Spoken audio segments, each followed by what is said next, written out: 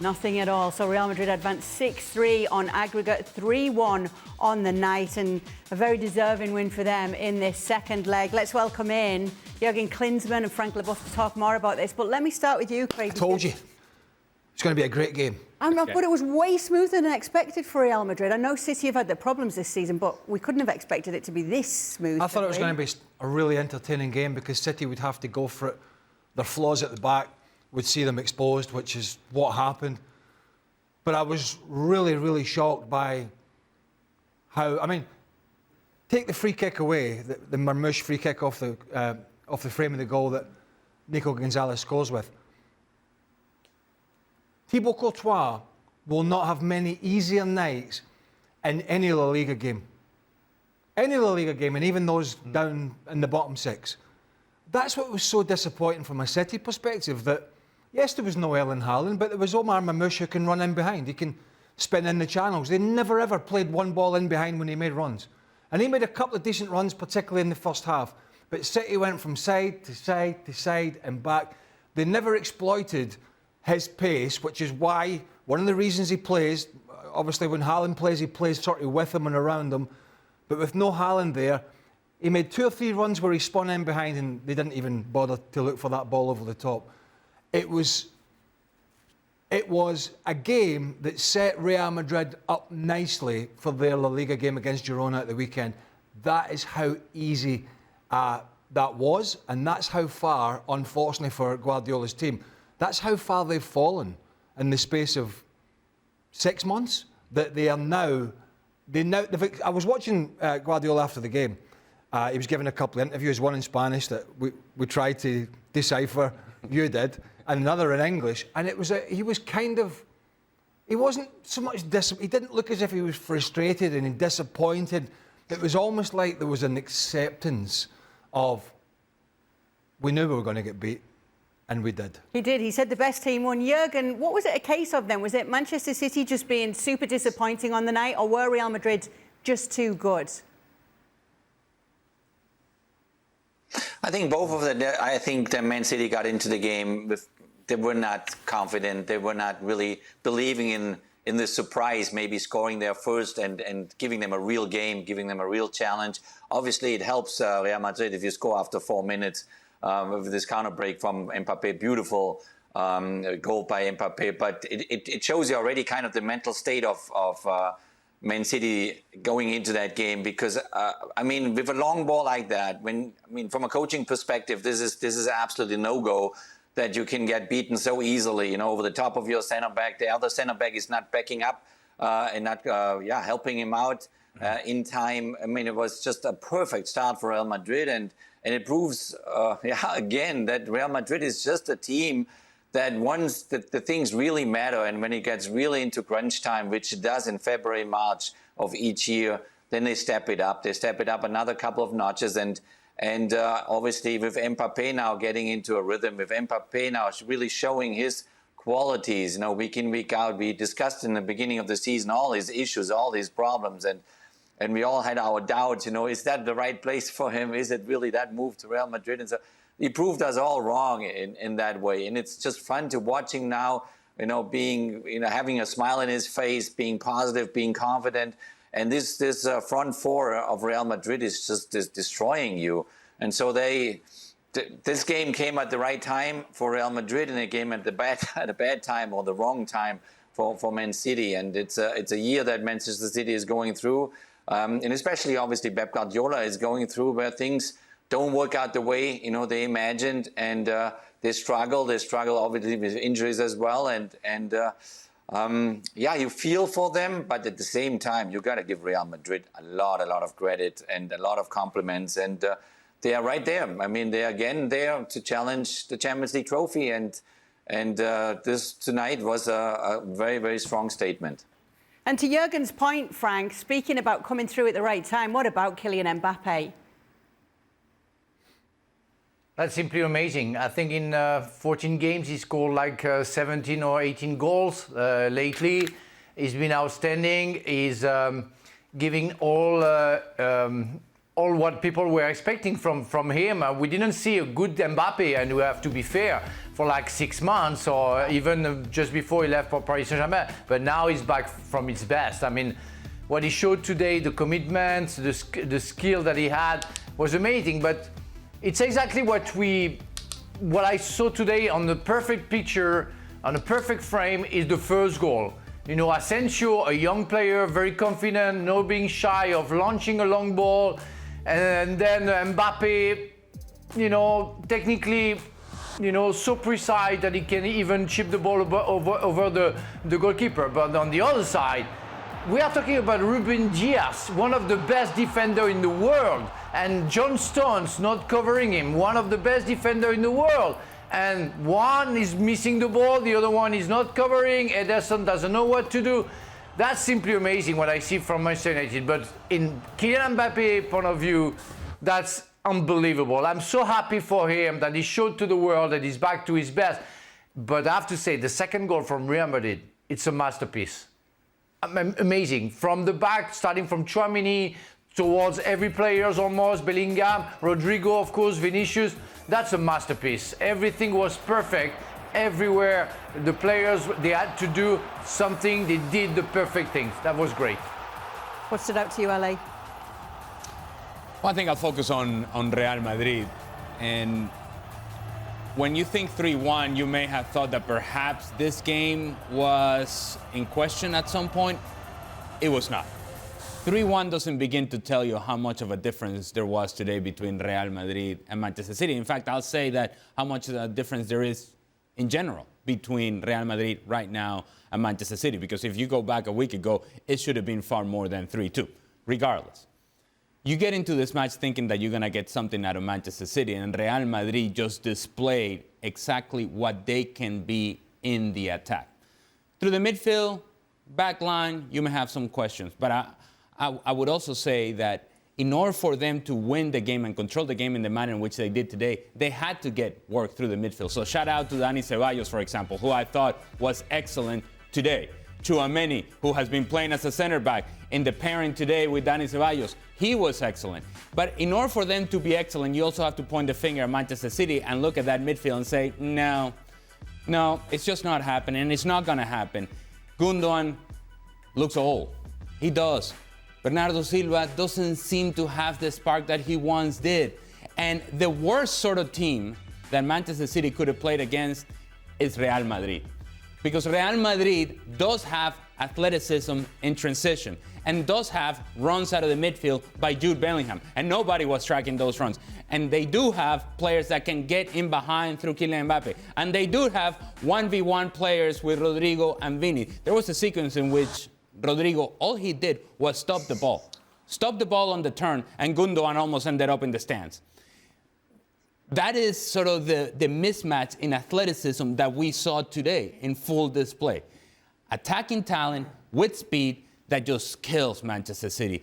Speed right now kills Manchester City. They have no control in matches. Real Madrid had control last week, this week, and it just felt like everything was set up for that front four to take over, and Mbappe took over today. City used to be a nightmare to play against, not just because they had the best players, the best manager. They passed it better than almost every team. Didn't always win, but they generally played teams off the park. But when you had the ball, or you tried to play out from the back, they pressed better, quicker, and faster than most other teams. They won it back. They either won it back or you gave it away. They have become so easy to play against now that teams are just playing through them. And when you allow teams like Real Madrid with their players, easy possession. And how many tackles did City make today? I mean, you look at the goals. First goal was a great ball, obviously over the top. The boys have talked about the positioning and the defending. Sometimes difficult against Mbappe's pace. But you've got to have yourself in the right starting position, which they didn't. You look at the second goal, great football from Real Madrid. But even when that ball goes to Rodrigo and then to Mbappe, there's 5 and 6 City jerseys. Nobody gets anywhere near a challenge in. Mbappe's third goal, Ali mentioned it, there's 5 City players, no Real Madrid player in sight, and nobody even gets close. Look, 1, 2, 3, 4, 5, all within 5 yards of Kylian Mbappe. nobody even gets close to stopping the shot or getting a challenge in. And when you do that, when you're so sort of pedestrian in your closing of the ball down with guys like him around, then what you get is what you get. You cannot be in a position to stand off the best players in the world and expect to come out on the good side of a result. And unfortunately for City, this game over 2 legs has not been a difficult one to call. It has not. We've seen Real Madrid struggle at times in La Liga against pretty mediocre sides. And I think that tells you where Man City are at the moment, is that Real Madrid upped their game, City cannot up their game. They have some big problems now with bringing more players in and the recruitment. They've already done so.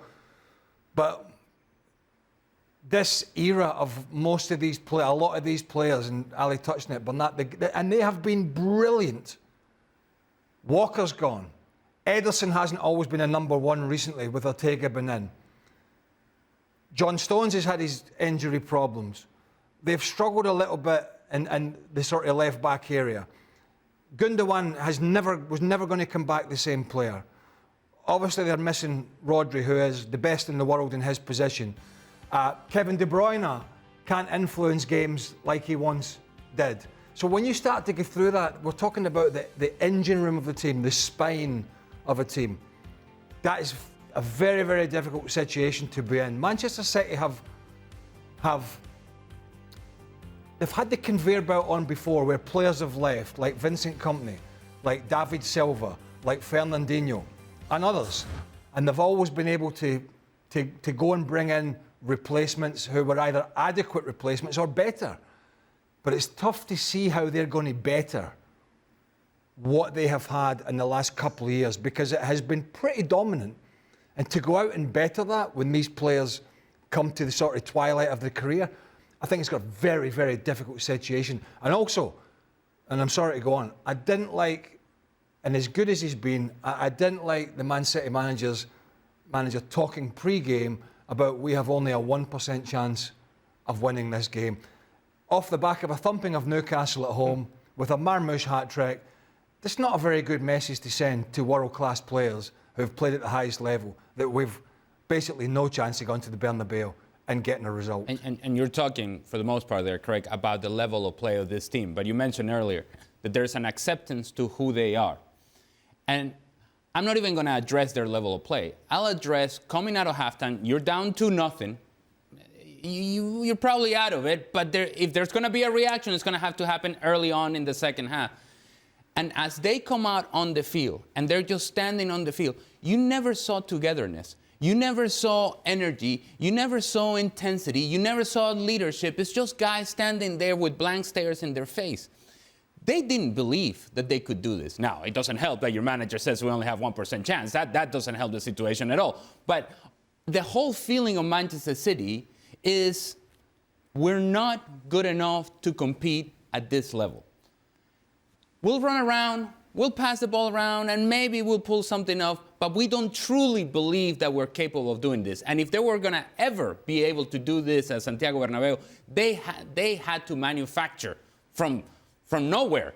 They had to manufacture a sense of confidence that just hasn't been there the whole season, and it was never going to happen. But it was supposed to be closer than this, wasn't it, Frank? Yes, and it's why I wonder, why, Guardiola is saying that.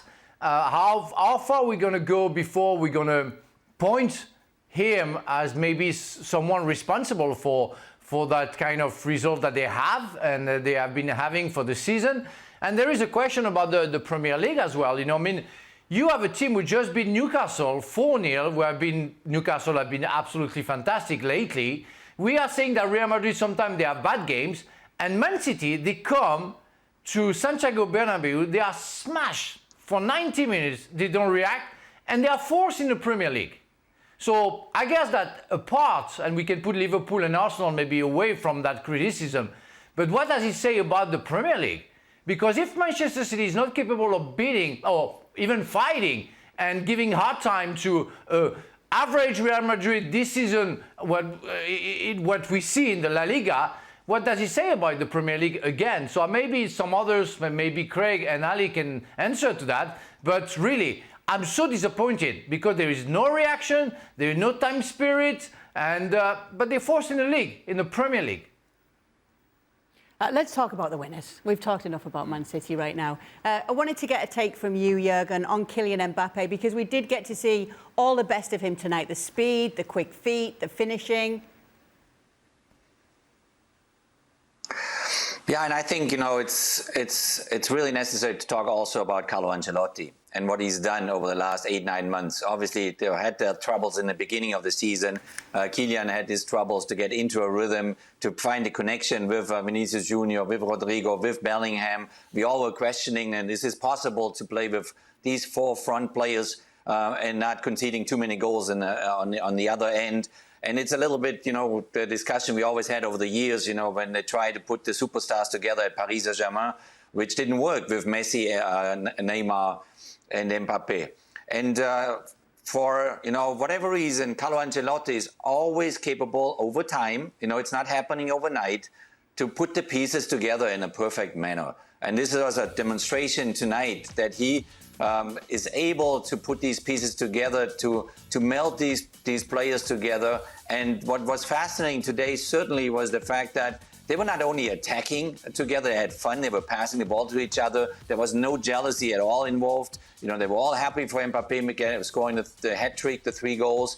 They were also fighting defensively. Rodrigo's dropped back, Bellingham dropped back, even Vinicius Junior dropped back. And this is where you see that they build a chemistry. They build a spirit within that team that is ready to challenge now the title in the Champions League. And obviously they are with Barcelona and with Atletico Madrid in the run for the Spanish title as well. But this is the handwriting of Carlo Ancelotti. You know, sometimes, you know, we just months passing by and everybody's discussing what works, what doesn't work. And he just keeps working quietly. He's talking to his players behind the scene. We don't know what's really going on. And then comes along February, March, and suddenly we see a different face of a team. And this is really fascinating to see. And it's really fun to watch now Kylian Mbappe to come out there and be there also for his teammates. You know, not only thinking or being busy in his brain, thinking about his own goals, his own runs, his own moments. You can see he feels for his teammates. He wants to be there for them as well. He doesn't mind if they get the goal or they get the better moment on the field. And therefore, it was a huge, huge step forward for Real Madrid to integrate these 4 together, but integrate them with the rest of the team defensively as well. I thought the epitome of what Jurgen was talking about is Tony Rudiger's back in the team. And he's just a guy who wants to do the stuff that not a lot of other people want to do. He wants to do the defensive side of the game. And when Asensio makes a great challenge, I can't remember who. Marmoush in the box. Rudiger's over with the chest out, trying to knock him over. He's basically patting the young man on the back, and he's getting the sort of team spirit. This defensive aspect. It's not just about the superstars. It's about the other side of the game as well. The superstars are the superstars. Over the 2 games, I thought Dani Ceballos did a penalty apart at the Etihad when he was a bit clumsy. I thought over the 2 games he did a terrific job. And people like Valverde are just invaluable. You know, Fede Valverde, go and play there, play there, run. Marcus Llorente's the very same at Atletico Madrid. You know, right back, centre midfield, right midfield, wherever you want to play him. Energy, quality, maybe not quite as much as Valverde, but kind of similar player in a sense with the engine. And I just, as much as we talk about Mbappe, and we're seeing the brilliant Mbappe at the moment, we're seeing a better Jude Bellingham, Rodrigo, and all that sort of stuff. But you need the people at the coalface. You need the people. You need the Tchouaménis, the Camavingas, the Ceballos, the Valverdes. You need all these guys to do the hard yards to get the just rewards for the big guys that get the headlines up front. And over the 2 games, Real Madrid did that far, far better than Man City. It is interesting that you mention Atleti, because it is Leverkusen or Atleti up next for them. The favourites against both of those sides? I don't think that Real Madrid would want to play Atletico Madrid over 2 legs. I don't think it's something that would be comfortable for anybody, but it wouldn't be comfortable for Real Madrid. There's too much knowledge there. There is too much of this game becoming about a fight and becoming about physicality, becoming about the actual rivalry that exists. And I think Real Madrid needs games like the one today, where it's about playing, not about fighting. So if that's the case, I think they would rather play against Bayer Leverkusen, who's a team that likes to play, for the most part. When Xabi Alonso doesn't get defensive and tries to speculate with results. For the most part, they want to play. If it is a matchup of teams that want to play, then I think Real Madrid is far more comfortable than getting into a fight with Atletico Madrid. I think Real Madrid, Bayer Leverkusen, I think is a really good matchup. We have Xabi Alonso, who did this amazing job, and is still doing a very good job, been talked about as a replacement down the line for Carlo Ancelotti. They also played, obviously, the big boys in Germany last year and sort of beat them hands down, took the title, but they were not in the Champions League. So they were in the Europa League, ultimately lost to Atalanta. But having the chance to go in the Champions League and play Real Madrid, and the type of football we know Bayer Leverkusen can play when they choose, I think that's a matchup that I'd like to see. It's not one you see very often. Real, I don't know how many times they've played, if at all. Leverkusen with Alonso. Finals of the Champions League. Huh? Finals of the Champions League. When? Was it not? 2002, when Zidane scores a volley. Oh, I mean, that's 23 years ago. Oh, I'm just saying. How am I supposed to remember that? But I think that for me... Wasn't it in Scotland? Was it in Scotland? Was it in Glasgow? Where were you? Where were you? Anyway, 20 years is too long. I hadn't gone there. I don't remember. Who was in the Champions League last year final? I don't know. I can't remember. I just think... Dortmund, Real Madrid. As a footballing matchup, I think Alonso's Leverkusen against Ancelotti's Real Madrid, I think for me that would be the one I would want to see. Yeah, especially... I know it's not about me, but... Xabi Alonso coming against his former coach. Which one would you want to see, Jurgen? Oh, I'd love to see that Leverkusen Real Madrid, absolutely, because both teams are playing fantastic football, attacking-minded football, and they will go with each other. It will be still feisty. I mean, maybe not as feisty as if they would meet Atletico Madrid, but there would be still a lot of emotions on the field and on the sidelines. That would be a fantastic matchup. Okay. I was just about to Google to see if that was true. Wait, hold on a minute. You think I'd be lying to you? Bayer Leverkusen have been to the Champions League final. Yeah, Zidane volley. I remember the volley. I don't remember who it was against. How can you remember that volley? Yeah, Hey, come on. Michael You have to Ballack was remember the that big player. Yeah. What? I might have had a couple of. I might have had a couple of lads beers at the Not time. like you. It's a Hampden Well, Park. now you know. So have they played before? Here's a little more history for you, Craig, because Man City have had their consecutive seasons snapped. It stops at 11 right now. This is most consecutive seasons in the Champions League round of 16. Real Madrid at the top of that and continuing that streak with 22 seasons. Running from 2003, way too long ago for Craig to remember.